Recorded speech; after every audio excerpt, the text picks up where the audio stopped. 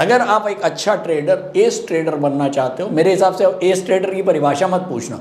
S trader मेरे हिसाब से वो है जो दिन के एंड में, अगर मैं इंट्राडे ट्रेडर की बात करूं, दिन के एंड में चाहे 100 रुपए घर ले जाए, वो एस ट्रेडर है। लास्ट में 100 रुपए घर ले जा बस, तो तुम जो है वो एस ट्रेडर हो कि पैसे कमा के उड़ गए। ये मेरे लिए परिभाषा है एस ट्रेडर की। Video content has been made available for information and educational purpose only. Unidirectional trade strategy is a copyright content of IFMC. Good morning and welcome to the episode of तैयारी अगले सप्ताह की। दोस्तों, बहुत major question सारे student से या कहीं पर भी जाएं तो एक सुनने को आता है कि सर एक सीक्रेट जो आप बोलना चाहें स्टॉक मार्केट ट्रेडर्स के लिए और इन्वेस्टर्स के लिए तो क्या होगा। एक मतलब बहुत संक्षिप्त में आप अगर बताना चाहें कि स्टॉक मार्केट को अगर मुझे जीतना है तो मुझे क्या करना चाहिए, क्या चीज़ सबसे इम्पॉर्टेंट है जो मुझे फॉलो करना चाहिए। तो दोस्तों, स्टॉक मार्केट को जीतने के लिए, चाहे वो इन्वेस्टिंग हो या ट्रेडिंग हो, एक सीक्रेट ये है कि आपके पास एक प्रॉपर ट्रेडिंग या इन्वेस्टिंग प्लान होना। कोई भी ट्रेडर जिसके पास एक प्रॉपर प्लान नहीं है वो कभी भी स्टॉक मार्केट में ट्रेडिंग से कमा नहीं सकता। और सेम वे ऐसा कोई इन्वेस्टर जिसका इन्वेस्टिंग के लिए भी कोई प्लान नहीं है वो कभी भी स्टॉक मार्केट में इन्वेस्ट करके पैसा नहीं बना सकता। हाँ दोस्तों, ट्रेडिंग प्लान या इन्वेस्टिंग प्लान एक बहुत ही इम्पॉर्टेंट और सबसे पहली चीज़ है जो किसी भी इन्वेस्टर या ट्रेडर को करनी चाहिए। रीज़न क्या है कि जब एक प्रॉपर प्लान होता है आपके पास एज ए ट्रेडर, अगर आपने कोई भी प्लान बनाया, मैं कहता हूं आप कोई भी प्लान को फॉलो करो, आप कोई भी टेक्निकल इंडिकेटर्स को फॉलो करके जो भी आपने प्लान बनाया है, या जो लोग यहाँ पर इस चैनल को फॉलो करते हैं वो यूडीटीएस को फॉलो करते हैं, वो प्रॉपर यूडीटीएस की गाइडलाइंस के ऊपर या जो भी उसके अंदर स्ट्रैटेजी के अंदर हमने पैरामीटर्स डाल दिए, वो एक प्लान बन गया। प्लान 1 आपको निफ्टी चेक करनी है, प्लान 2 आपको उसके बाद आपको बास्केट क्रिएट करनी है, प्लान 3 आपको बास्केट क्रिएट करने के बाद आपको सेक्टोरल एनालिसिस करना है, प्लान 4 उसके बाद आपको उन स्टॉक्स को देखना है जो मंथली, वीकली, डेली और इंट्राडे के ऊपर बुलिश है। आप इस तरह से जो एक प्लान बनता है, कुछ पैरामीटर्स बनते हैं, वो आपको फिक्स कर देते हैं कोई गलती ना करने के लिए। हम लोग ह्यूमन बीइंग्स हैं, मशीन नहीं हैं, और ह्यूमन बीइंग्स के पास इमोशंस हैं। हम इमोशंस में कहीं ना कहीं इन्वेस्टिंग और ट्रेडिंग के अंदर गलतियां कर बैठते हैं, क्योंकि इन्वेस्टिंग हो या ट्रेडिंग हो, निचोड़ उसका पैसा ही आता है। या तो पैसा जा रहा है या पैसा आ रहा है। लेकिन जब पैसा आता है तो भी और जब पैसा जाता है तो भी इमोशंस जो हैं वो ज़्यादा हावी हो जाते हैं। हम ज़्यादा खुश हो जाएंगे या हम बहुत ज़्यादा डर जाएंगे। तो ऐसे में गलतियां होना स्वाभाविक है। तो सबसे इम्पॉर्टेंट है कि आपके पास एक प्रॉपर ट्रेडिंग प्लान होना चाहिए। मुझे कब एंट्री लेनी है, मुझे कब एग्जिट लेनी है, चाहे वो ट्रेडिंग हो चाहे वो इन्वेस्टिंग हो। तो मेरे जितने भी स्टूडेंट्स हैं वो मान के चलें, अगर आप रैंडमली कुछ भी मार्केट में कर रहे हो तो आप ठीक है, आप जो है वो टाइम पास कर रहे हो। अगर आप एक अच्छा ट्रेडर, एस ट्रेडर बनना चाहते हो, मेरे हिसाब से एस ट्रेडर की परिभाषा मत पूछना। एस ट्रेडर मेरे हिसाब से वो है जो दिन के एंड में, अगर मैं इंट्राडे ट्रेडर की बात करूं, दिन के एंड में चाहे 100 रुपए घर ले जाए, वो एस ट्रेडर है।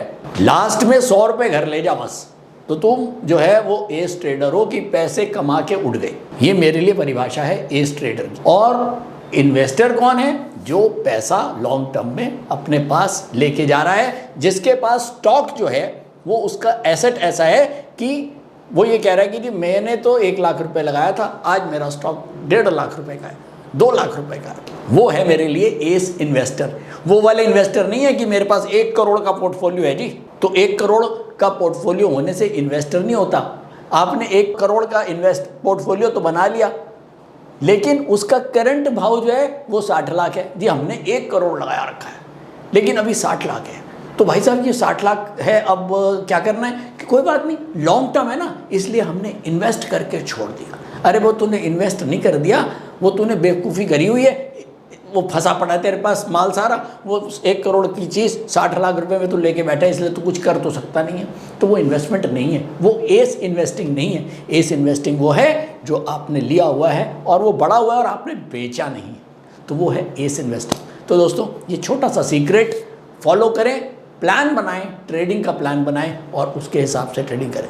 तो चलिए चलते हैं वापस अपने एपिसोड तैयारी अगले सप्ताह पर। लास्ट वीक हमने देखा मार्केट के अंदर एक अच्छी खासी तेजी, करीब 500 पॉइंट निफ्टी ऊपर गया और करीब करीब 5 के 15 16 1700 पॉइंट बॉम्बे जो है लास्ट वीक एक छलांग लगी और 20,000 के पास हम जो है वो निफ्टी पहुंच गया। फाइनली फ्राइडे को एक गिरावट बनी और करीब उसमें से 200 और 250 पॉइंट नेट में 250 पॉइंट निकल गए, लेकिन तब भी अगर मैं वीक की बात करता हूं तो भी हम 200 पॉइंट ऊपर ही बंद हुए। तो ओवरऑल मार्केट अभी भी एक अच्छे बुल रन में चल रहा है। फाइनली निफ्टी बंद हुआ है 19,745, करीब 130 पॉइंट बढ़ के बंद हुआ है। लास्ट वीक में 6300 बंद हुआ है क्रूड, करीब करीब 150 पॉइंट ऊपर, और 59,300 बंद हुआ है गोल्ड, करीब 100 पॉइंट ऊपर। तो ओवरऑल निफ्टी हो, गोल्ड हो या क्रूड हो, सभी कुछ ऊपर था। तो फाइनली हमने जो लास्ट वीक फोरकास्ट किया था मार्केट को, वो डेली के ऊपर भी हम बुलिश थे, वीकली के ऊपर भी हम बुलिश थे और मंथ के ऊपर भी हम बुलिश थे। तो चलिए सीधा चलते हैं चार्ट्स के ऊपर और देखते हैं मार्केट ने कितना सम्मान दिया यूडीटीएस के लेवल्स को। तो दोस्तों लास्ट वीक हमारे पास मंथली सपोर्ट था 18,570, 19,400 का वीकली सपोर्ट था और 19,490 का हमारे पास डेली सपोर्ट था। और ये हमारी है मंडे की कैंडल, ये हमारी ट्यूसडे की कैंडल, ये हमारी वेडनेसडे की कैंडल, ये हमारी थर्सडे और ये हमारी फ्राइडे की कैंडल। मंडे को गैप अप ओपनिंग के साथ हम खुले एक ग्रीन कैंडल के साथ, अगले दिन रेड कैंडल, लेकिन तब भी बाजार अपवर्ड ही था। ग्रीन अगले बार वेडनेसडे को फिर ग्रीन कैंडल और थर्सडे को एक अच्छी बड़ी ग्रीन कैंडल और अच्छा खासा मार्केट थर्सडे तक बढ़ा। फ्राइडे को एक फॉल आया, करीब 200 पॉइंट निफ्टी गिर गया।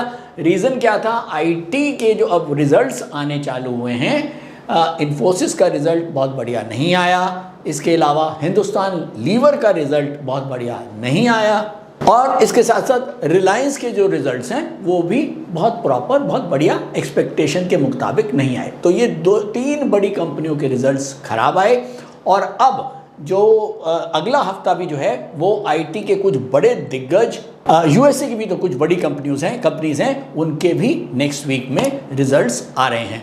तो और थोड़ा सा मार्केट कॉशियस हुआ है आईटी के रिजल्ट्स को लेकर, क्योंकि आईटी एक वो सेक्टर है जो अभी भी उतना नहीं चला है जितना बाकी सेक्टर चले, क्योंकि आईटी पहले ही चल चुका था। तो अब बहुत टाइम से आईटी अभी रुका हुआ था और पिछले 10-15 दिन के अंदर जो अभी जो इंडेक्स में जो रैली बनी है, तो आईटी के अंदर थोड़ा सा उफान पिछले 2 या 4 दिनों में ही आया और अब शायद अभी लगता है कि रिजल्ट्स आईटी के हमारे एक्सपेक्टेशन के मुताबिक आ पाएंगे कि नहीं पाएंगे, ये थोड़ी सी डाउटफुल कंडीशन ज़रूर है। तो यहाँ पर मार्केट थोड़ा सा करेक्ट हुआ है फ्राइडे को, लेकिन कोई बड़ी ऐसी बात नहीं है कि मार्केट बेयर मोड में या पोजिशनल बेयर मोड में चला गया। तो ओवरऑल अभी हम केवल डेली के ऊपर बेरिश ज़रूर हुए हैं, लेकिन अभी भी हम मंथली और वीकली के ऊपर बुलिश हैं। तो फाइनली मार्केट जो है लास्ट वीक एक बढ़ के ही बंद हुआ और हमारे तीनों सपोर्ट लेवल्स के ऊपर था। न्यूज़ और डेटा एनालिसिस की बात करूं तो जॉब डाटा यूएस का अच्छा आ रहा है, कोई दिक्कत नहीं है। इकोनॉमिक डाटा जितना भी यूएस का आ रहा है वो भी बहुत बढ़िया आ रहा है। ये आपको दिख रहा होगा, ये इधर जो है वो सारा का सारा यूएस का है और इधर जो है वो सारा का सारा हमारा डोमेस्टिक है, हिंदुस्तान का।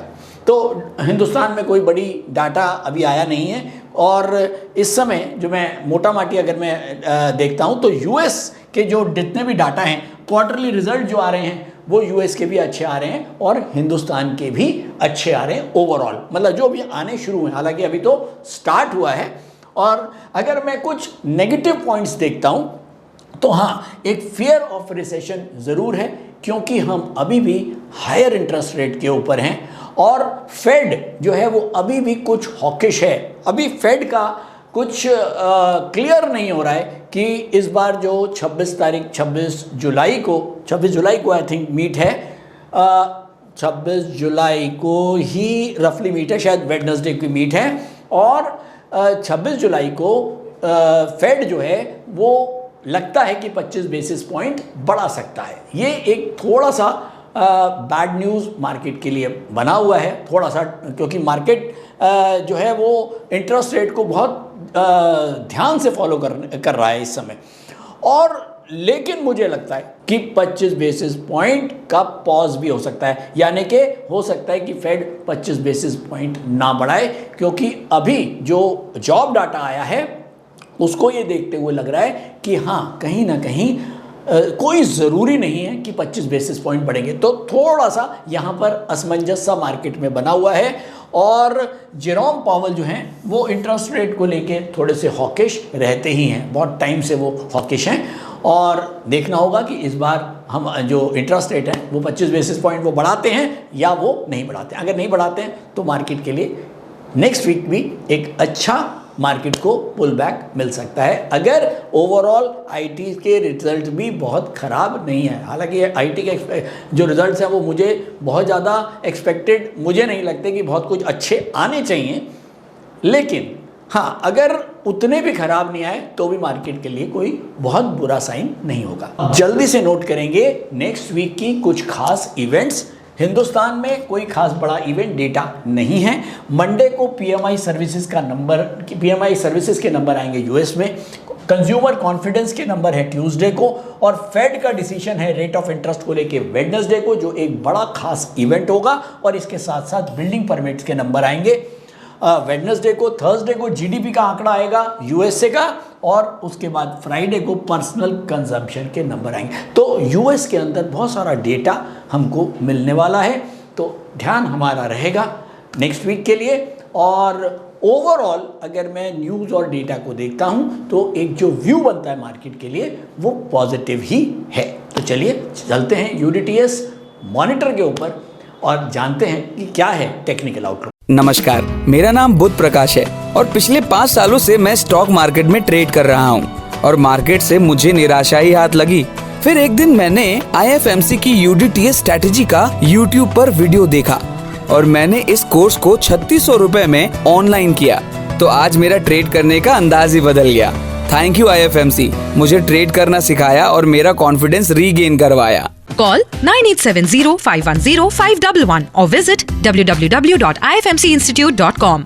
तो दोस्तों मैं आ गया हूँ यूडीटीएस मॉनिटर के ऊपर। सबसे पहले मुझको नजर आ रहा है निफ्टी सेंटीमीटर। निफ्टी सेंटीमीटर अभी भी ग्रीन जोन में है, यानी कि ओवरऑल मार्केट का जो सिनेरियो है, मार्केट का जो एक सेंटीमेंट है वो अभी भी बुलिश है। चलिए नोट करते हैं निफ्टी के लेवल्स। नोट करेंगे निफ्टी के लेवल्स। निफ्टी डेली के ऊपर डाउनवर्ड है और रेजिस्टेंस है 19,800 रुपये 45 पैसे।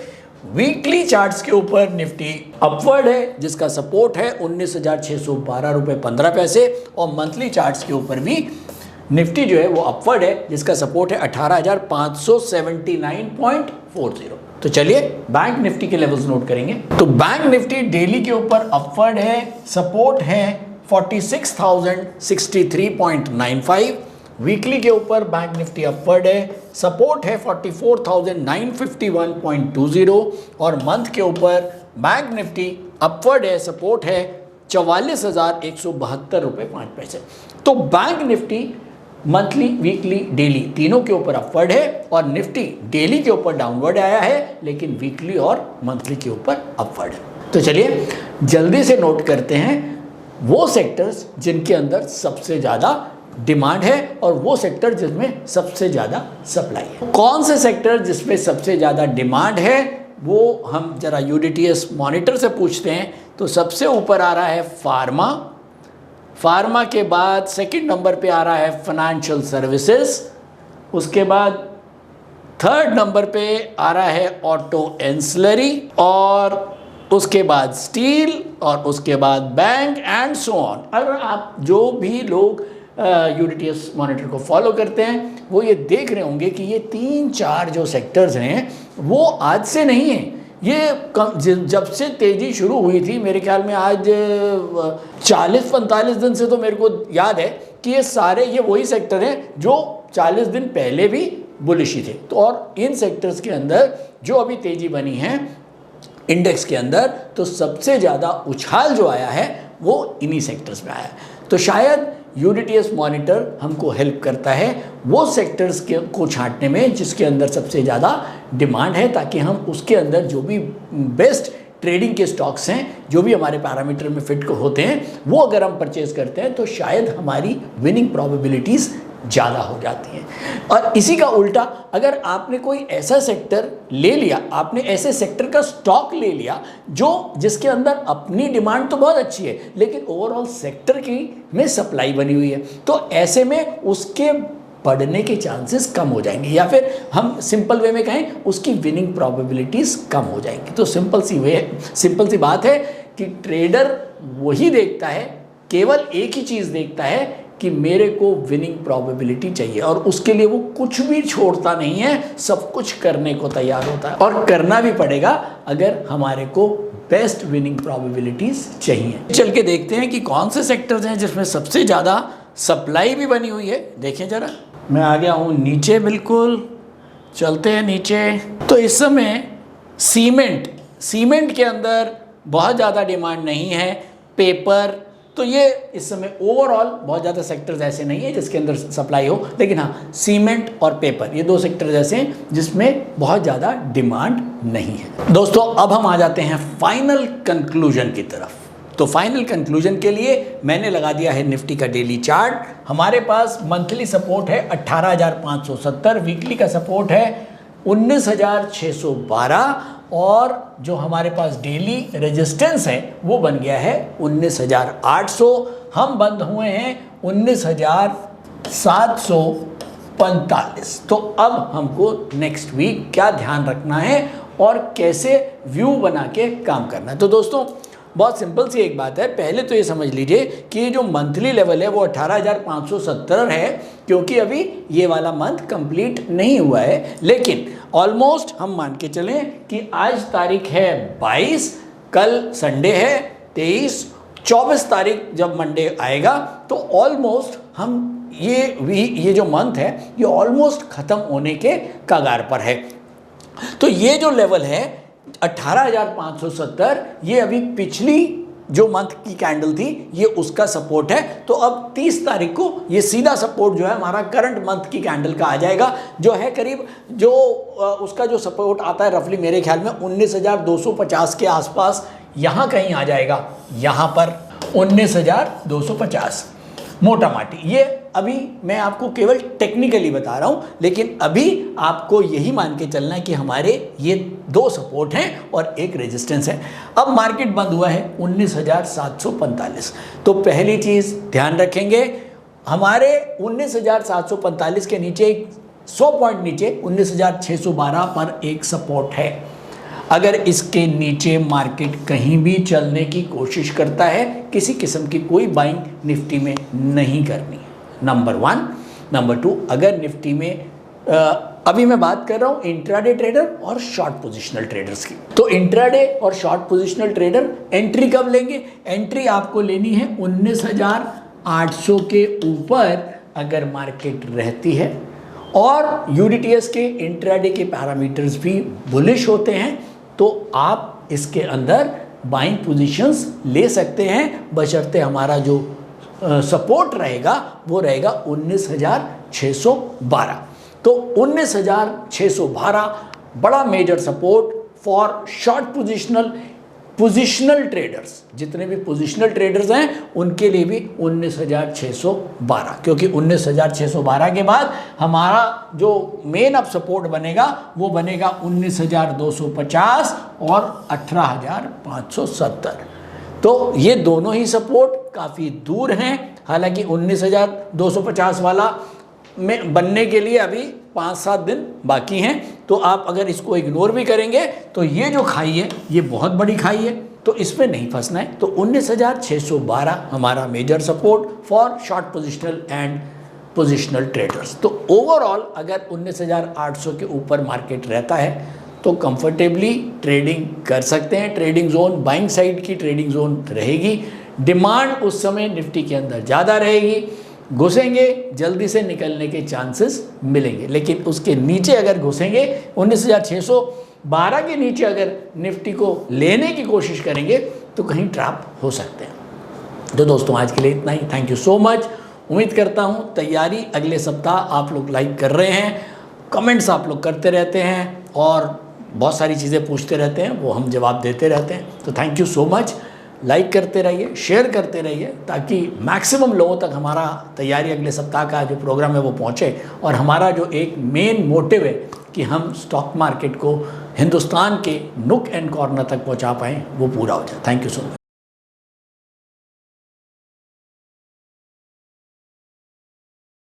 स्टॉक ट्रेडिंग के दौरान मुझे क्या खरीदना चाहिए और मुझे क्या बेचना चाहिए, मुझे कब खरीदना चाहिए और मुझे कब बेचना चाहिए, ये सवाल आपको परेशान करते हैं। तो चलिए सिंप्लीफाई करते हैं स्टॉक ट्रेडिंग को और निकालना सीखते हैं वो एक्यूरेट पॉइंट्स जहां हमें स्टॉक को बाय या सेल करना है। मेरे यानी मनीष तनेजा के साथ IFMC की यूडीटीएस स्ट्रैटेजीज से। यूडीटीएस यानी यूनिडायरेक्शनल ट्रेड स्ट्रैटेजीज, जो है हर स्टॉक ट्रेडर की पहली पसंद, जो बनाती है स्टॉक ट्रेडिंग को सिंपल, एक्यूरेट और स्ट्रेस फ्री।